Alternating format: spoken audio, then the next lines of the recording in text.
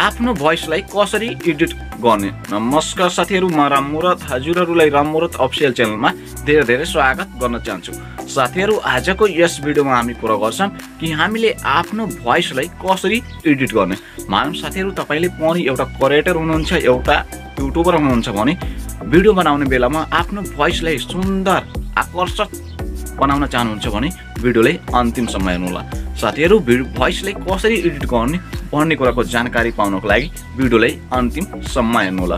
Video मन परेपछि भिडियोलाई लाइक गरिदिनु होला। साथै तपाई हाम्रो च्यानलमा पहिलो पटक भिजिट गर्नुभएछ भने च्यानललाई सब्स्क्राइब गरेर हामीले सपोर्ट गरिदिनु होला। ला साथीहरु, भिडियो धेरै लामो नगरिकन हामी फटाफट मोबाइलको होम स्क्रिनमा जाम र प्लेट क्लिक गरेर हेरिहालौं। ला साथीहरु, भिडियो सुरु गरौँ। Subscribe to my channel and also press this bell icon.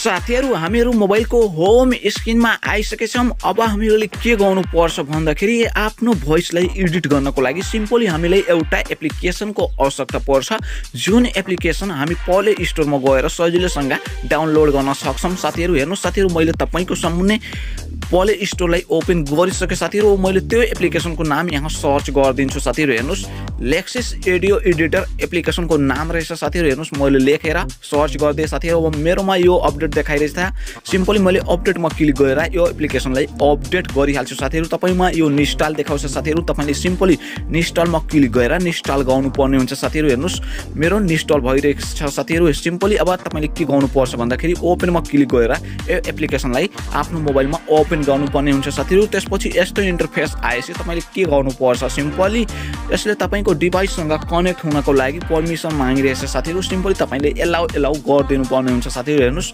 Allow मैले गरिसके। साथीहरु फेरि मैले के गर्छु, यसले एलाउ गरिहाल्छु। साथीहरु सिम्पली त्यसपछि तपाईको सामुन्ने यस्तो इन्टरफेस आइसक्यो। अब तपाईले यसमा आफ्नो भिडियो आफ्नो म्युजिकलाई ल्याउनको लागि सिम्पली ओपन भन्ने अप्सनमा क्लिक गर्नुपर्ने हुन्छ। साथीहरु त्यसपछि तपाईको सामुन्ने यस्तो interface IC open with file manager भन्ने अप्सनमा सिम्पली क्लिक गर्नुपर्ने हुन्छ। साथीहरु त्यसपछि तपाईको सामुन्ने यस्तो इन्टरफेस ओपन भएर आइहाल्छ। साथीहरु अर्थात् तपाईको भिडियोहरु यहाँ देखाइदिन्छ। साथीहरु अब तपाईले यसमा मानौं तपाईले आफ्नो म्युजिकलाई ल्याउन चाहनुहुन्छ भने माथि जुन 3 डट देखाइरहेछ सिम्पली त्यसमा क्लिक गर्नुपर्ने हुन्छ। साथीहरु तपाईले त्यसमा क्लिक गर्नुहुन्छ भने तपाईको सामुन्ने यस्तो इन्टरफेस आइसि। हेर्नुस्, एडियोमा क्लिक गरेर एडियोलाई चुज गर्न सक्नुहुन्छ। साथीहरु मानौं तपाईको भिडियो छ भने भिडियोमा टिक गरेर भिडियोलाई चुज गर्न सक्नुहुन्छ। साथीहरु अब हेर्नुस्, साथीहरु म यहाँबाट ब्याक आए। साथीहरु डाइरेक्टली मैले आफ्नो भिडियोलाई म क्लिक गरेर आफ्नो म्युजिकलाई लिइहाल्छु। साथीहरु आफ्नो एडियोलाई लिइहाल्छु। साथीहरु हेर्नुस्, मैले आफ्नो भिडियोमा क्लिक गरे। साथीहरु त्यसपछि यस्तो इन्टरफेस आइसक्यो। साथीहरु हेर्नुस्, अहिले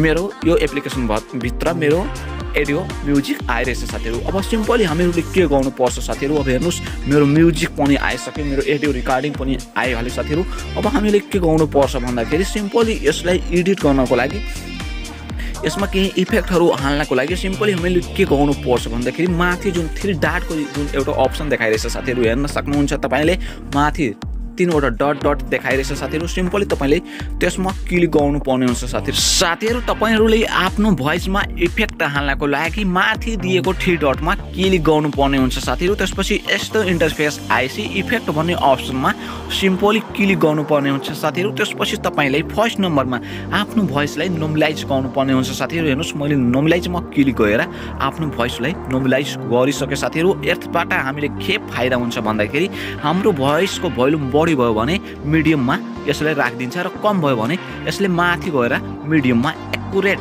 जे हुनुपर्ने हो त्यसमा हाल्दिन्छ। साथीहरु र अर्को सेटिङ हामीले के गर्नुपर्छ भन्दाखेरि माथि 3 डटमा फेरि क्लिक गर्नुस्। साथीहरु र त्यसपछि तपाईले इफेक्ट भन्ने अप्सनमा सिम्पली क्लिक गर्नुपर्ने हुन्छ। साथीहरु त्यसपछि यहाँ हेर्नुस्, नोइज रिडक्सन भन्ने एउटा अप्सन हेर्न सक्नुहुन्छ। हजुरहरुले सिम्पली तपाईले नोइज रिडक्सनको अप्सनमा क्लिक गर्नुपर्ने हुन्छ। साथीहरु यसबाट तपाईले के फाइदा हुन्छ भन्दाखेरि मानौं तपाईले रेकर्डिङ गर्नुहुन्छ र बाहिरबाट कुनै आवाजहरु आइरहेछ तपाईको म्युजिकमा तपाईको भोइसमा भने यसले यसमा हटाइदिन्छ। साथीहरु हेर्नुस्, तपाईले यस्तो इन्टरफेस आइसि त्यसमा क्लिक गरेर यस्तो इन्टरफेस आइसि तपाईले फेरि प्ले भन्ने अप्सनमा क्लिक गरेर अब नोइज कहाँबाट आइरहेछ, कम कहाँ गर्ने हो र बढी कहाँ गर्ने हो सिम्पली सम्पूर्ण सेटिङ मिलाएर एप्लाई भन्ने अप्सनमा तपाईले सिम्पली क्लिक गर्नुपर्ने हुन्छ। साथीहरु त्यसपछि तपाईको म्युजिकमा तपाईको भोइसमा जुन नोइज आइरहेछ त्यो हटिहाल्छ साथीहरु। अब फेरि तपाईले 3 डटमा क्लिक गर्नुपर्ने हुन्छ साथीहरु र इफेक्टमा फेरि क्लिक गर्नुपर्ने हुन्छ साथीहरु। अल चाहिँ एउटा सेटिङ एउटा एडिट गर्नुपर्ने हुन्छ साथीहरु। हेर्नुस् इक्वलाइजरको जुन एउटा अप्सन तपाईले हेर्न सक्नुहुन्छ। यहाँ हेर्नुस् इक्वलाइजरको जुन अप्सन देखाइरहेछ सिम्पली तपाईले आफ्नो भोइसलाई इक्वलाइजर गर्नुपर्ने हुन्छ साथीहरु। त्यसको लागि इक्वलाइजर भन्ने अप्सनमा क्लिक गरेपछि यहाँ हेर्नुस् प्ले भन्ने अप्सनमा सिम्पली क्लिक गर्नुपर्ने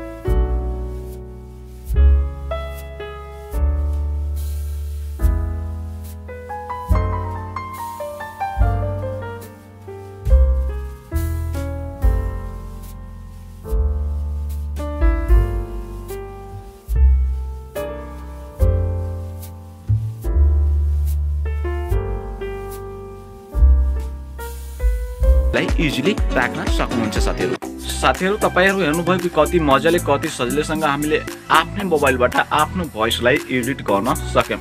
आई होप साथीहरु तपाईहरुलाई यो भिडियो मन पर्यो होला। भिडियो मन परेपछि भिडियोलाई लाइक गरिदिनु होला। साथै तपाई हाम्रो च्यानलमा पहिलो पटक भिजिट गर्नुभएछ भने च्यानललाई सब्स्क्राइब गरेर हामीले सपोर्ट गरिदिनु होला। र सानो भिडियो तपाईले कस्तो लाग्यो कमेन्ट बक्समा गएर कमेन्ट गरिदिनु होला। ल साथीहरु आजको लागि यति। अग्लो भिडियोमा फेरि भेटौँला। बाइ। जय नेपाल।